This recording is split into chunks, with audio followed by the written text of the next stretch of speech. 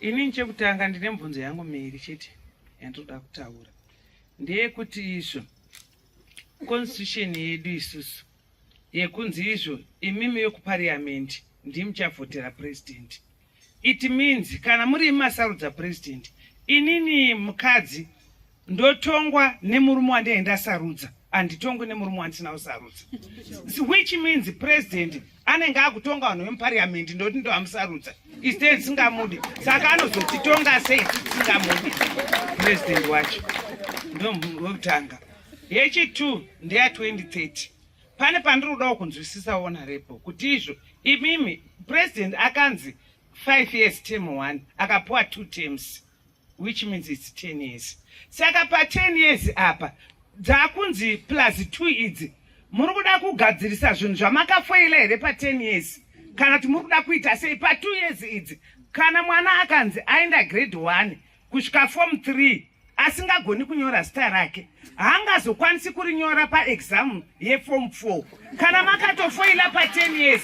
It means 2 years idzi hamuna chamuda kugadzirisa. Pamwe pane zvamuda kutobenefita henyu mimi pa 2 years dzamuda kudii, dzamuda kuwedzera isu tichisafa. Saka isiri kuti 2030 no, indai munoti madzimai ati izvo isu hatitongwi nemurume wandisina kusarudza, ndotongwa nemurume wandakasarudza wandakabvuma. Saka president kana ada kutonga isusu tisu tinofanira kumusarudza, asi kana ada ngotonga parliament chete mosarudza ime parliament. Ndatenda.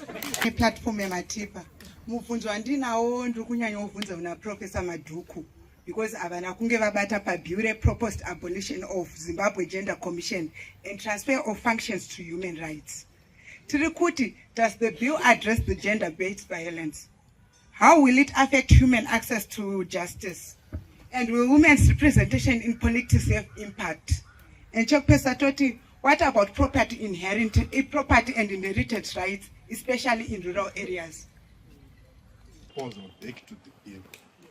If their bill is constitutional, those other two we had a referendum. As long as this thing is constitutional, let's have a referendum. Why taking us to Sports Center? They wanted to go and be like eagles, hovering over ourselves to say he was too talkative, she was too talkative, eliminate. No, let's go to a referendum. Their consultations could be biased in the sense that, have you ever noticed something? ZBC, it tells us all walks of life in Zimbabwe. If you take note of those people who are so-called all walks of life, they are the same people who are interviewed every Monday, Tuesday, Wednesday, Thursday. They are only people. So to say, if you are to go to their consultations, they won't take independent people. They will plant who they want to say, who they want to support themselves among those people who are independent, who are neutral. People who can meditate through the constitution who will be left out, but they have their own stages, who are going to be so-called, they've consulted them. I've been following some of these consultations.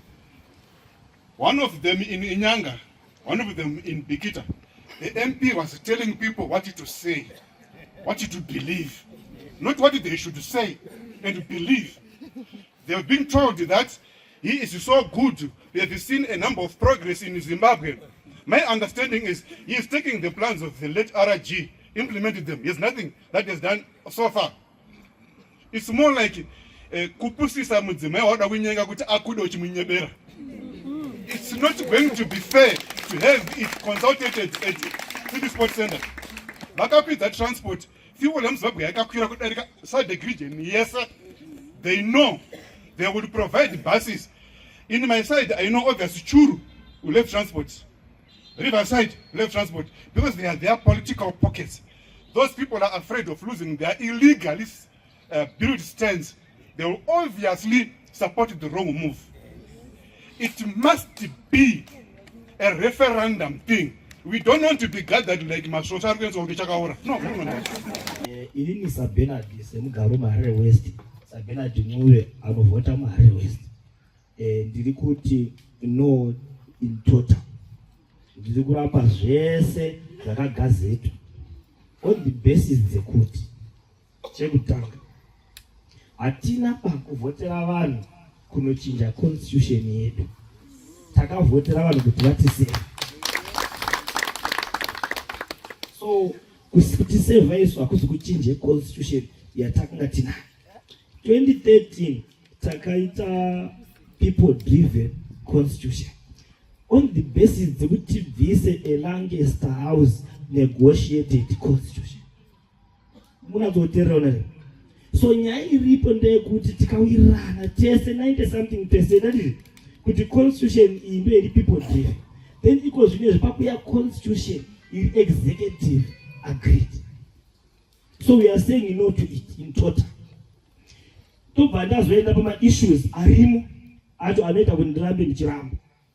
Anditi tinoti isusu takawirirana kuti president anofanirwa kuvhoterwa kaviri chete for 5 years. Andizvo pa 2013 constitution. Takati pechipiri ndokunge avhoterwa akadiwa nevanhu. Andizvo then iko zvinezvi tasvika pa situation yekuti because I think I need to be more political on this issue. Pakuti somehow where these issues are coming from, they are coming from unelectable people which knows that they don't have the mandate from the people. Because if you go straight to the person arikuinza mutemo and it a minister of justice akapendwa na president nema powers awari muconsider kwapenda 5 vachi ma ministers as member of parliament akarambwa pama primary matatu akadzokorwa nevanhu. Saka iye ada kureplicate those issues kudzisa mutemo yenyika. Ndopati kuti akwete pane izvozvo. Because vanhu vasingavhoteri chevanotinetsa vada kugara muofisi mahara. Ngati toda maelection edu 2028. So kuti no to take extension yani yema-elected officials ese in total. Then tobva taenda panyaya yema-traditional leaders edu. Anditi tine ma-traditional leaders edu atinoti isusu machiefs masadu nanditi vanhu ava dade kuita chenga wose. Anditi mananga hapana isina chi hapana isina mudzi. Then kana vava political anditi kweisu vendu tozoripota kunani nyaya dzechiitika mudunhu mani medu. Vanofanira kutonga nyaya idzi mumadunhu kana paitika nyaya dzakadaro. Saka kana vapinda mune zvematongerwo enyika vachatonga vari mudivi ripi, vanenge vane power ripi rekuchitonga, because vanenge vane side kudhara. So tiri kuti no pakupinza madzishe edu munyaya dzematongerwo enyika. Tobva taenda panyaya yemauto edu vakomana musagara. Ndai munoudza vaziva ndizvo kuti hanzi naBernard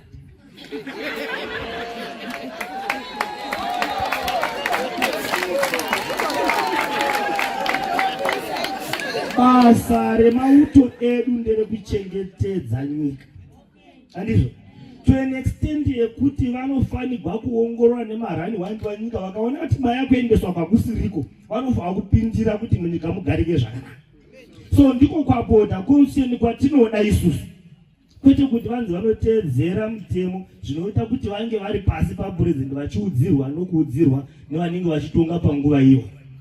Tiri kuti kwete pane izvozvo, mauto edu ngarambe achapota constitution. Ndibvumirei honorable kuti ndipedzise because inini ndiri mwoyo wechidiki ari aggrieved on this issue. Tine issue yekunzi hanzi imimi ndimega maparliamentarians makunovhotera president anova accountable kunani. We know kuti pamashure apo avakangomuka kusenisa executive vakuti ma-MPs takupai maloni ma-40,000. Do you still remember about that? So those 40,000 they can be given on the bribery method. Because nyaya iripo ndeyekuti haugoni bakuendeswa nabusinessman kulunch ufunga kuti igift. Iye achazouya neinterest yani. Kunzanya panyaya. So tiri kuti isusu toda kuramba tichivhotera mapresident edu ave accountable kwatiri isusu sema-citizens enyika. That's the reason why takati titi harmonize tikovhotera vese ka 100 kwete zvakuya izvi I say no as Bernard Ncube do that you know.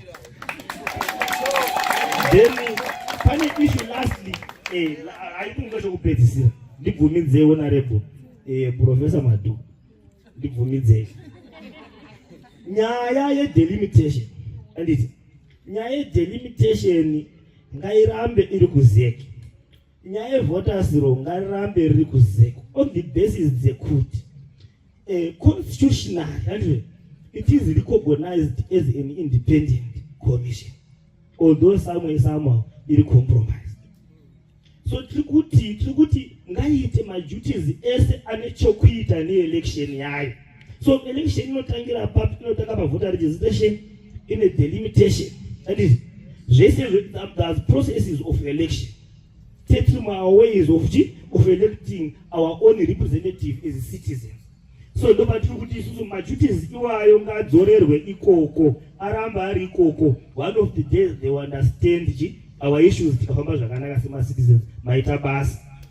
Concern yangu ndepekuti our constitution they are 2013 and it's not 2026, it's only 13 years old. So kana uchitaridza ari mwana ari kukura, mwana ari form 1 achiri mwana mudiki, takutaura kuti zvataura naprofessor, this is the third time we are amending this constitution. So patakaita muna 2013 are we saying kuti patakagadzira constitution na 2013 takagadzira zvisiri constitution yedu?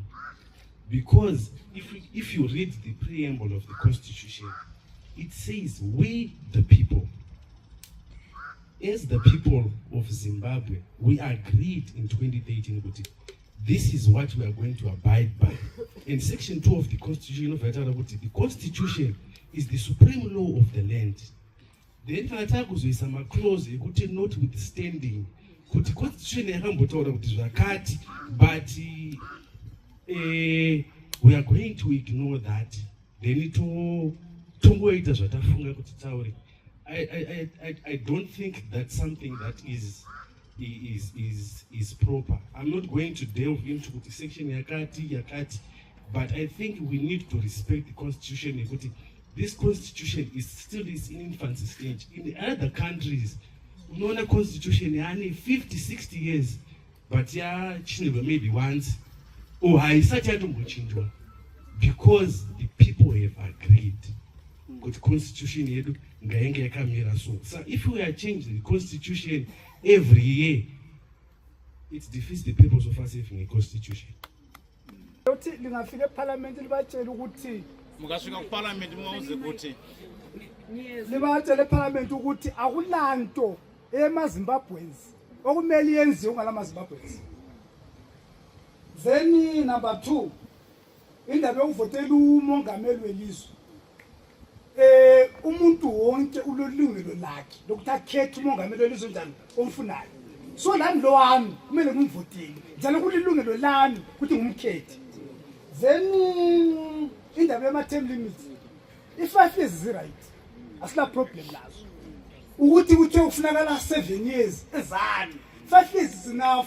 Even kuyi-president, even kuma-councillors, even ku-MP, is right. Amelanga zingezelelwe.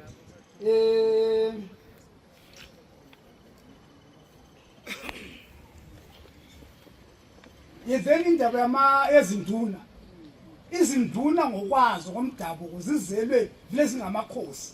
Abanikwa amandla ngupresident loba ngubani. Balamandla abo abalawo ngani ngesintu.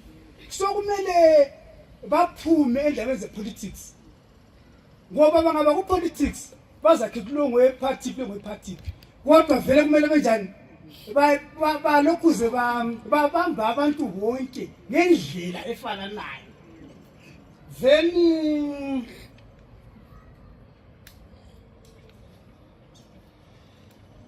Then indaba ye-constitution honorable, uProfessor Madu ukhulumile wathi i-constitution iphezulu. After i-constitution kulonkulunkulu phezulu. So eZimbabwe loba ngubani akulamuntu olulungelo lokudlala nge-constitution yabantu. Akulamuntu olelungelo lokudlala nge-constitution yabantu. then okugcina hayi ngibona ngasengiqedile ngiyabonga.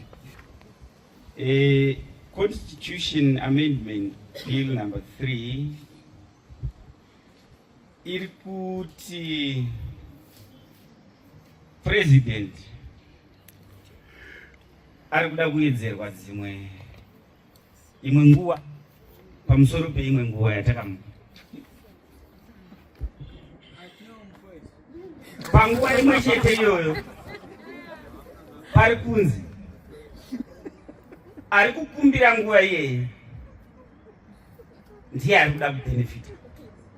Saka mubvunzo wangu uri pakudai so hatinzwisise zvedu constitution takati wandei tina Profesa Madhuku zviri pamutemo here kuti zvinhu zviri izvi zvingauye kwetiri panguva imwe chete zvisina kupatsanurwa.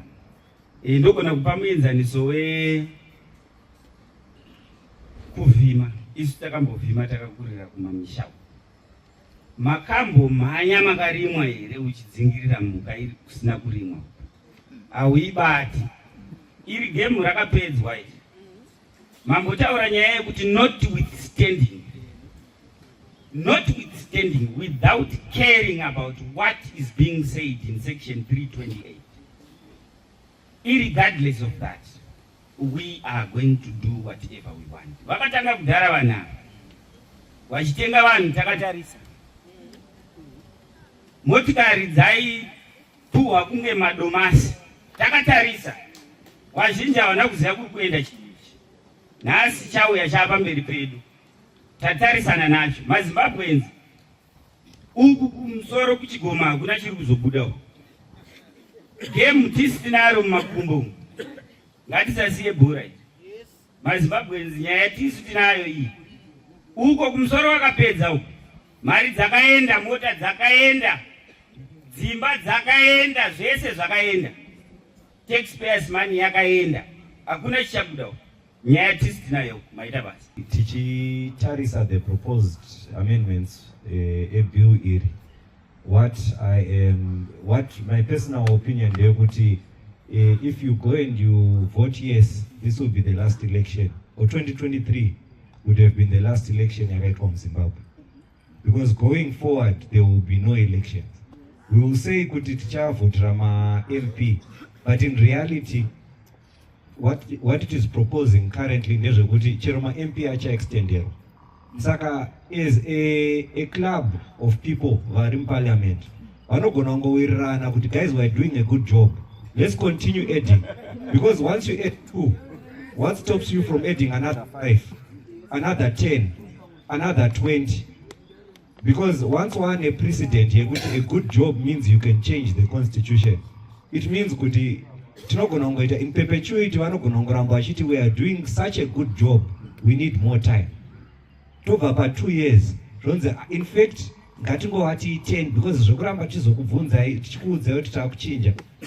What this actually means, precedent inenge yasetwa ndeyekuti 2023 could have been the last election in Zimbabwe if you say yes as parliamentarians.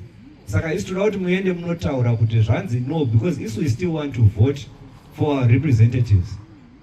Everyone needs a chance to decide who represents them in the decisions that are made over the country.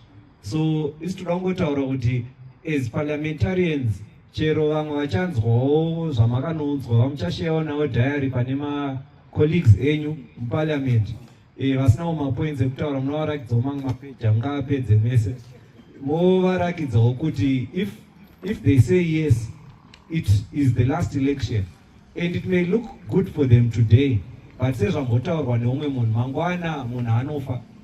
Ultimately, whilst there are those who are currently the flavor vanogona kufunga kuti zvichavabenefita, mangwana pachapinda mumwe wavasingadewo achazoshandisawo close yavari kuedza kupusha iyi kuti arambe aripo. That's why the constitution is there. It's there to be fair to every citizen, and if you are short-sighted mongofunga ramangwana chete kana kuti uchadye mangwana, you will fail to see kuti 20 years from now panogona kutomukawo kamwe kapati kotowanawo popularity, kotovhoterwawo, and kana vamwewo vasisakade kanogona kungozotaura vowirirana kuti but guys, we're doing a good job here, let's give ourselves another 15 years. So indingotaura nchiti, let us not just look at the short term of what may be said with good or otherwise. If they feel that as a party and such, they've done a really good job, manifesto yao should be able to be carried within their party by the next incumbent we party yao will continue, because manotsi vanenge vainawo wongo continue nemanotsi wayo, and if the people agree with their reasoning that they are doing a good job, vanovhoterwa futi. If not, then others will get a chance to do something. Basically, as I understand it, has been well explained, the Constitution is the supreme law. It's what we've agreed to. It is also has some founding principles, some founding values, which it says we are basing everything on these values and these principles. And these values and principles include things like accountability. We have to hold our councillors, our president, accountable for what they are doing. And in the Constitution, up to date, it's always been 5 years. Every 5 years, they are held accountable. So in other words, what we're saying is the Constitution, we might as well throw it out and we're going to rewrite it. But we've already agreed, 90% of us, that we agree accountability is essential and it's 5-year term. So to change that, I say no. 90% have already agreed that. Let's stick to it. So 5 years we keep to. They're not there for eternity. They're not there for 7 years. They're there for 5. We've agreed with it, 90%. Okay, number 2.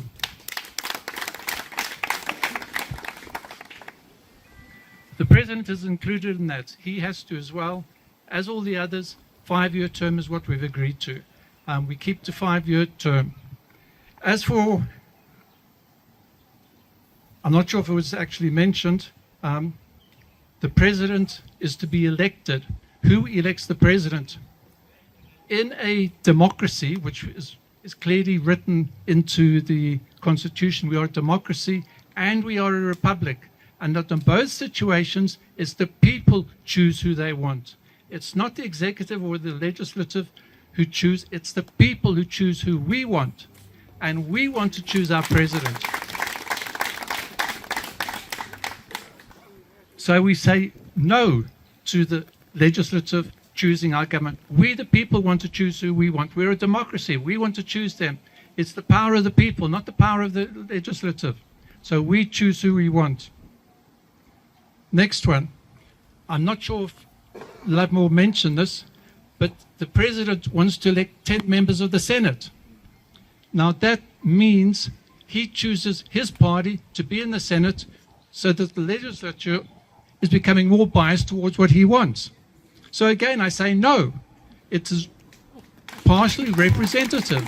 It must be who the people want, proportional representation. The executive is to be separate from the legislature. He cannot influence the legislature. So I say no to the president electing 10 members of the Senate and therefore putting us bias on the legislature. Right. The ZEC, the Zimbabwe Electoral Commission,